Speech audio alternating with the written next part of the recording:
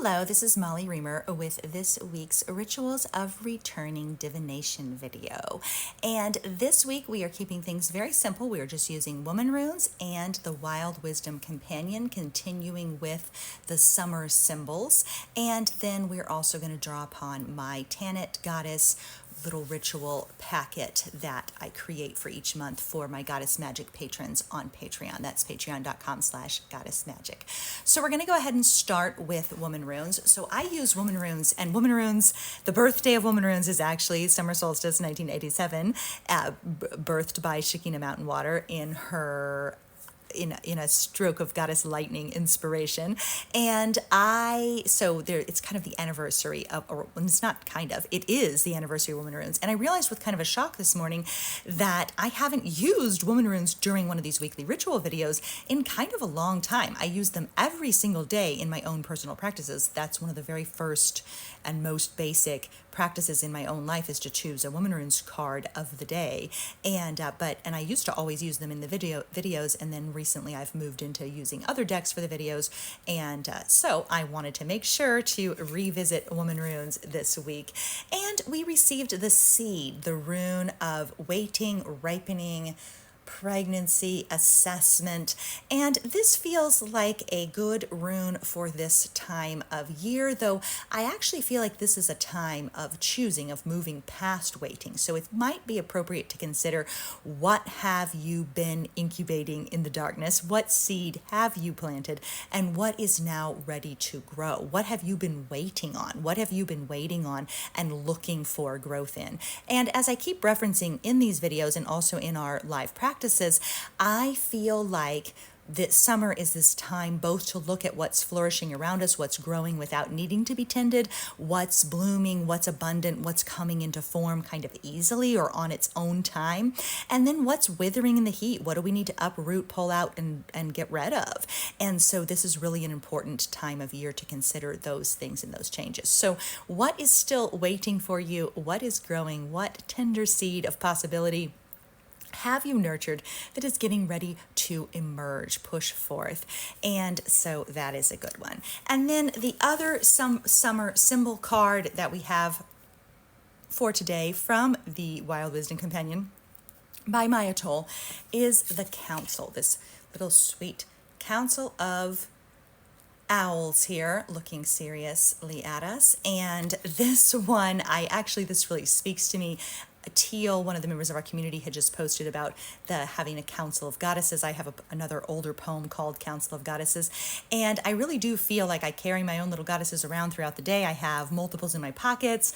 I carry them and set them in different places. It's kind of tiny altars everywhere. I carry goddesses. I set them by my laptop. I set them by my yoga mat. I set them by my bed, and they really are a council of goddesses kind of everywhere I go. A council of goddess support, a council of encouragement, a council of inspiration, a council of insight, a council of wisdom, a council of support and protection. And so I carry a council of goddesses with me wherever I go. And so it's kind of both metaphorical and literal, symbolic and experiential. And so the first thing I consider with this card is to consider where is your counsel? What counsel do you have?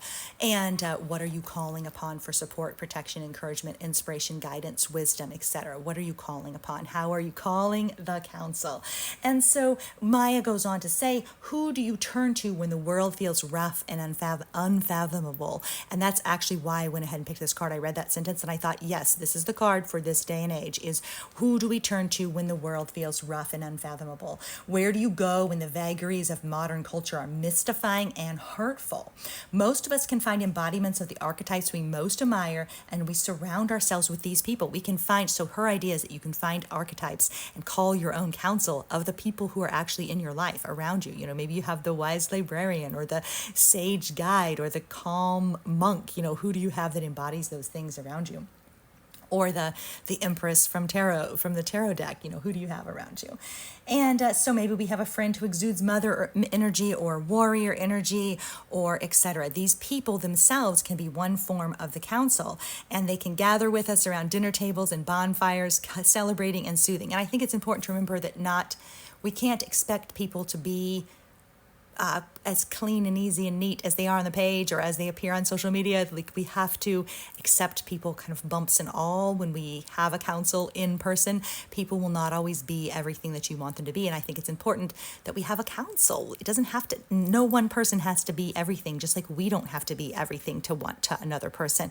We can have a counsel of support and wisdom. And so she says that too, these people hold our stories and help us remember who we are. And this is what I really want to emphasize though, and I find this deeply, deeply true and meaningful in my own practice.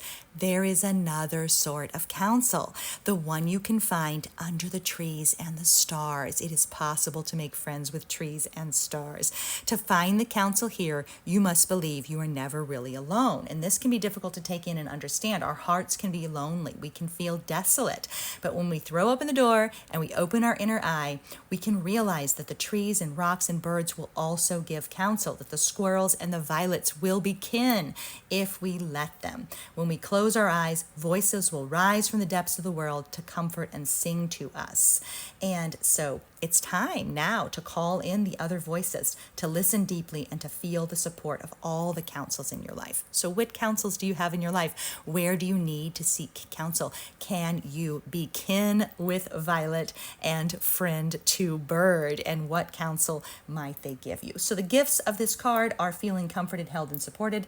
And the challenges are being pulled by the thoughts and opinions of others and seeking approval. And so that might be a question for you too, because when we have a counsel, we do need to take into consideration the thoughts and feelings of others. I've shared before that letting go of everything that doesn't serve you kind of phrasing that comes up often in things like these kinds of videos and in divination decks, and also kind of the cutting ties with people, or letting go of people, or cutting them off, or not giving people access to you kind of thing. Sometimes that can be helpful, sometimes that can be healthy, sometimes that can be a way of drawing boundaries and protecting our energy, but sometimes it can be too quick, too hasty, and we need to hear from the whole council. We need to hear from the whole council. So we don't have to take it all in and make it all our own, but we do need to hear from the council, to heed the council, and to not expect perfection from those that surround us, and to be accommodating, compassionate, and grace-filled when sometimes we are disappointed. So I am not a fan of the cutting off whatever does not serve you,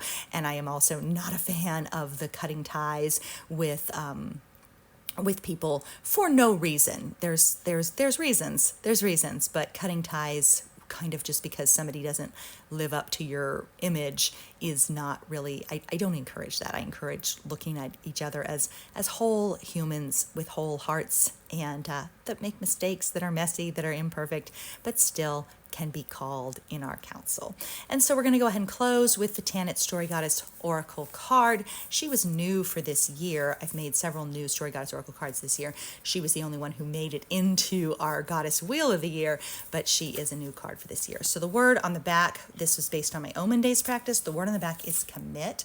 So you may ask yourself, what are you committing to? Or an affirmation could be, I commit to my own life's unfolding. This has been really powerful for me over the last couple of years to just remember, like, I commit to my own life's unfolding. I am in devotion to my own life. And another affirmation, there is power in connection. And then the other little things, I don't actually know what's in here right now, so we'll just get surprised together. And so, and a little quote, which I remember sharing this one not that long ago with you all. Commitment isn't something that happens by by chance. Commitment is a capacity, and it grows as a muscle grows by being exercised. So how might you need to exercise your muscle of commitment? What do you need to maybe stretch yourself on to commit deeper and more powerfully? And then there's several things. Let me see. There's a reminder about daily practice, which I think is a really important one here. There is a wild enchantment possible in daily practice, in stepping out and stepping into your life as it is, to the world as it unfolds, to the magic of what you can see and hear and feel. So what magic is right around you right now? What can you see and hear and feel?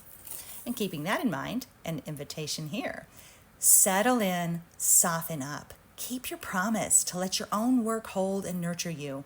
There is so much magic right beneath your fingertips. Let it carry you. Let it nourish you. Commit to discovery, to exploration, and to joy. And then we're going to close with this little prayer. I accidentally hit the button and stopped my video briefly, so I'm gonna have to stitch this one on, but here we go. Today feels clear and open, bright with possibility and alive with inspiration. There is a call to discovery on the wind, an invitation into communion, rustling between the trees, a subtle rhythm stirring beneath the skin of the earth and calling to our feet. We are part of life's great dance, an unfurling and uncurling of being and becoming.